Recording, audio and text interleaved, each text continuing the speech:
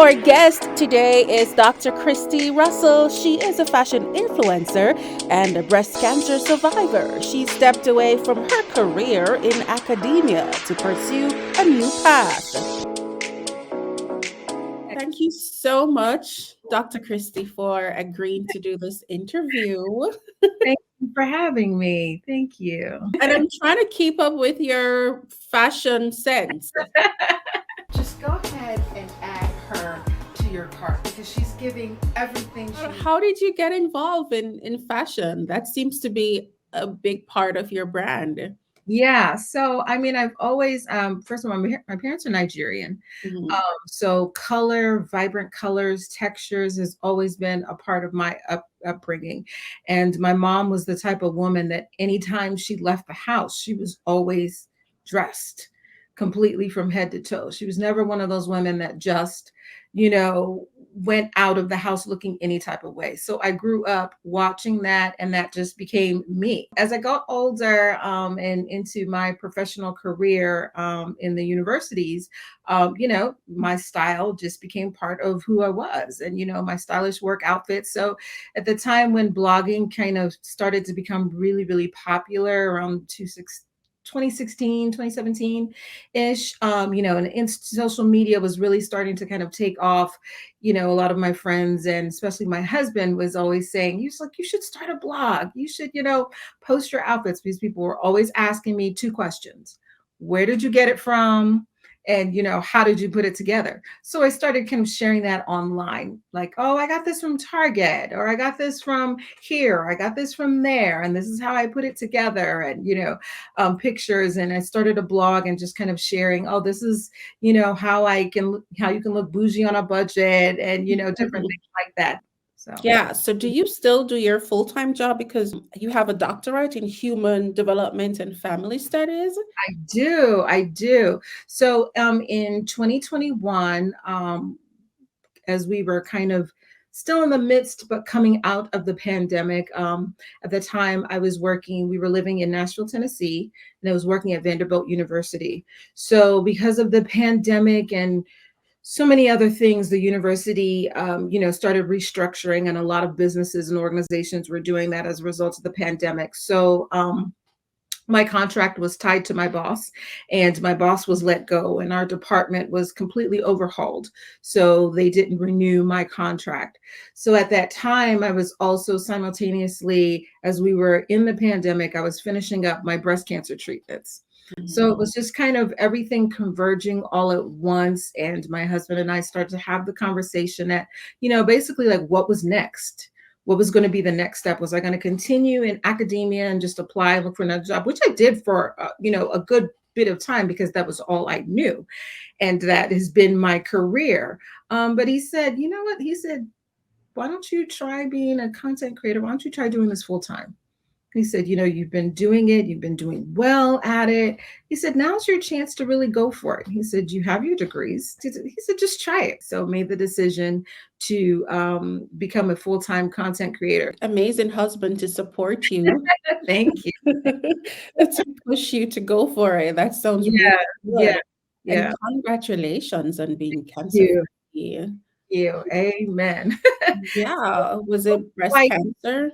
yes, breast cancer, stage 3 metastatic breast cancer. And, still quite the journey, because I'm still within the window. So my port, everything was, I finished all my treatments. My port was removed, was cleared by my doctors in February of 2021, but I'm still within the window where I have to go back every 6 months. So when I moved to Chicago, my new team here, they're insisting on doing scans and checks and everything every 6 months, just to make sure, because I'm still in that window when it can, reoccur. But thankfully, every scan so far has been good, and God has really been good to me. So I'm really thankful for that. I'm happy for you as Thank well. you. What did that experience do for you? Oh goodness, Sadika, that's a loaded question. It did a lot, so many things. First of all, cancer is something that you hear about it, right? Like, I had heard about it, I was not unfamiliar with it. had known some people that had had cancer, had known some women that had had breast cancer. But until you really experience it for yourself, I mean, you really don't know what it's like. And for me, it was, especially going through it at the time that I did during the pandemic, I did not have the benefit of having a lot of friends and family around me because they couldn't. My husband literally would drive me to the hospital. They would allow him to check me into the waiting room, but then he would have to leave or go to a specific area. While on one hand, it was, a little bit of a lonely experience, but on the other hand, it was a time for me to really, it was me and the Lord. It was me and God. And I was able to really kind of just do some self reflection, self introspection, kind of just take a look at my life, what I've done, where I've been up until this point, and say, okay, I was constantly praying, asking the Lord that if you would let me get through this, this is what I want to do Mhm. when this is over. So it was a time where I was really, as I look back on it now, I was really planning the next chapter of my life without really knowing how I wanted to be as a person, was what I was praying and asking God to help me do once I made it through that journey. So it was really a pivotal moment for me because it enabled me to really say, okay, in this next chapter, in this journey, what are the things that have been holding you back? And how are you going to let go of those things and move forward? And Right. how are you doing now? I'm doing pretty good. It's a process, right? Because we all have things in our lives that we can look back on and say that, that have held us back or that have kept us from being kind of the best versions of ourselves. Mhm. Either it's relationships, experiences, dealings with people, or just traumatic experiences, childhood things. Oh, we all have all types of baggage, right? That is, kind of helped make us and shape us. But everybody has it's up to each individual person to determine, are you going to let those things propel you and move you forward for change, or are you going to Mhm. continue to hold you back? Like, I used to be very, very self-conscious, always worrying about what people thought. And after my breast cancer journey, I was like, I'm not doing that anymore. I'm not shrinking myself for other people to make other people comfortable, because I love bright colors. So I would go places sometimes and be the only one. Of course, generally I was the only, African American. I was the only female a lot of times also, but be dressed in something bright colored, not inappropriate by any means, professional, but brightly colored. And people say, "Oh, you're trying to be seen." We're all professional. We're all just trying to, kind of blend in. Why do you always have to stand out? Why do you have to be the one that's, stands out from everybody?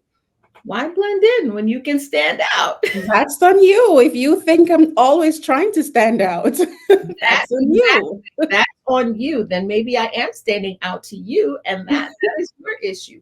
But it was things like that over time where it started to, kind of make me shrink. So I would, kind of shrink myself to make sure, well, I don't want them to say anything. I want to be accepted by this group. I want, them to be okay. Well, maybe if I don't wear the colors so bright to work, then they'll be okay with me and know that I'm smart and I'm talented and I'm able to do my job, da da da da, da da da da da. And it never worked out that way. That is true. And I'm aware of this perception that when a woman takes pride in making herself look fabulous and glamorous, it's almost as if it negates her intellectual capacity. Exactly, exactly. I heard that if I had $1 for every time someone told me that, I would be a millionaire. Like, I would be a billionaire, because I had several women in higher ed and academia tell me that all of this, your makeup, your hair, your outfits, it's distracting from your abilities. No one's going to take you seriously that you're that smart. No one's going to take you seriously that, and I'm looking like, I have 4 degrees. What are you talking about? Like, how, I know how to do my work. I know how to do my job. Why does the way I look, it made people uncomfortable. And that affected me because I wanted them to accept me. So it caused me to kind of, start to shrink myself. Which is not good. It's not healthy. No, And you're no longer doing that. So how no does it feel longer now? doing that. And it's incredible, and it's something that now that it took me this long and the journey that I had to learn it. So it's something that I'm very intentional about passing on to my daughters and making sure that they never shrink themselves for other people to make other people feel comfortable. If you're great, be as great as you want to be. Be Mhm. as great as you can be, and don't worry about other people. Don't worry about your light blinding other people. That's not your problem. And That get rid of that imposter syndrome because it's real. imposter syndrome is, it's deep, and I think there's a common idea that most people have that the imposter syndrome is just within you, but it also comes externally because people make you feel that way. Right? People make you feel like, well, you don't belong or you're not qualified enough Yeah. or you shouldn't be here.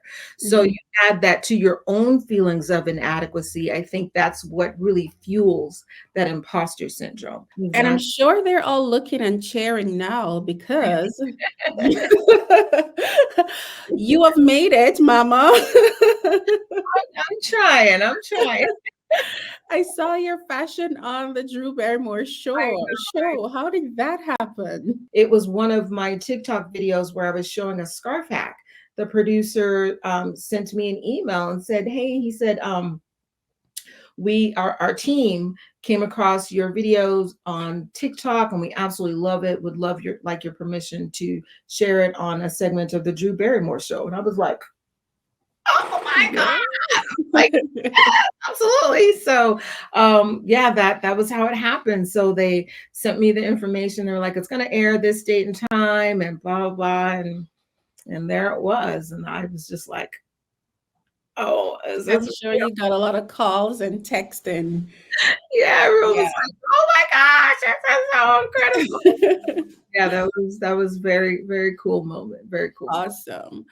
How did it feel for you stepping into the influencer space at this stage in your life? Because Uh-huh. typically that's a space I think it's more We get not to meet. reserved, but we Yeah. see a lot more younger persons Yeah, yeah. doing things in that space. Um, I really didn't even let my age be a factor, to be honest. It never crossed my mind or dawned on me that, oh, you're at the time I started, you in your late 40s, trying to do this. I really didn't, like I said, once I came through my breast cancer journey, I was like, I am going to try things, I'm going to do things, I'm not going to be inhibited, I'm not going to be stopped, I'm not going to think there's nothing that I can't do.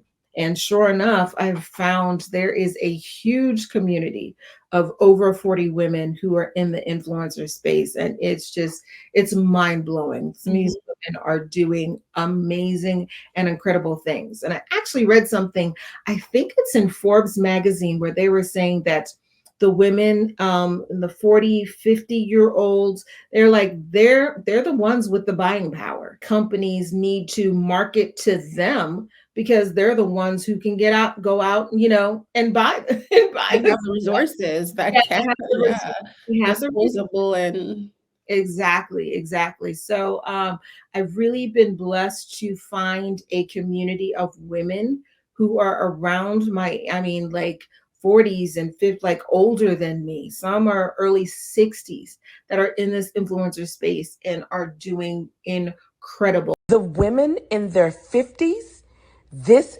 generation of 50-year-olds, It's a wonderful time because you're just more sure of who you are.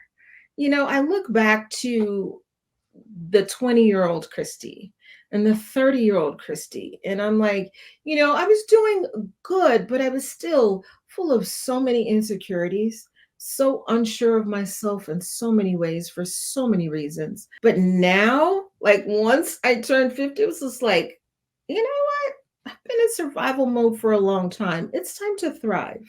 Yeah, I like that. It's time to Thriving. thrive. Yeah. So I'm really in, as they say, in the era of thriving and flourishing. Your soft girl era. Soft girl. I don't know about that. I'm like, well, what is that? Because I still work really hard. I want to be in the soft girl era. I don't want to be doing the hustling and the Right. pushing. I Exactly. just want it to come to me. Yes, exactly. So if that's, then I'll take that. Yeah, but I mean, I love what I'm doing. Our brand is about speaking to the everyday woman, letting her know that life does not have to stop for you after 40, that there is a side to being over 40 and into your 50s where women are thriving and flourishing and really, just kind of in your best time. And that's Mhm. how I feel like this time period of my life is by far my best time. It's Yeah, a that's time where nice. I've been my most confident. It's a beautiful time. It's a beautiful time. And I love being with a community of women where we're really kind of challenging the societal norms about aging, especially for black women. I love that. And do you think brands are receptive of the There changes that is There happening really now? some are not, but there's a lot that are. The Mhm. brands that I have been fortunate to work with really have been, and one of my favorite brands, that's one of my favorite partners, Wacol. They I went on my first brand trip with them in February, and they took a group of us, and we were all over 40 women to Puerto Rico for a week.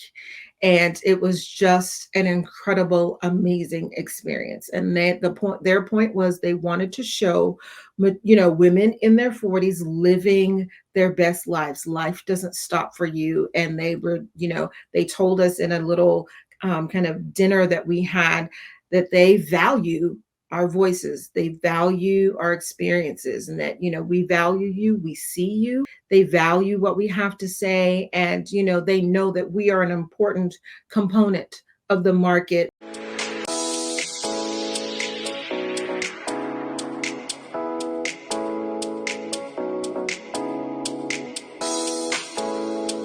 Finally, the podcast is called Life, Growth, and Goals. Is there anything else you want to share with the listeners, the viewers who are tuned in about going about their daily lives, self actualizing, tapping into goals, growth, and embracing life changes? I love the title, first of all. I would leave you with this that my dad always taught me. And it was something that it took a long time for me to really kind of come into the actualization of this thing that he always told me and my siblings was remember who you are. Remember who you are as a person with gifts and talents and abilities in any room, any space that you are in, you are supposed to be there. So he always taught us to never shrink. I read something where it talked about a bottle of water in your local grocery stores, like what, just a bottle of whatever type of water it is, your favorite water that you drink, a dollar, $2. Let's take that same bottle of water to the airport. It goes up to $5, $6. It's the same water, just changed location. So Cheers to that. just need to change location to really get more value. Perfect. Perfect. Thank you so much. I'm sure that will connect with someone. It's all about valuing yourself. Don't allow people to put that price tag on you. No, no, not at Put all. your own price tag on and stand on business. Stand on business 2024. Thank you so much. I wish you Thank all you the best. for having me.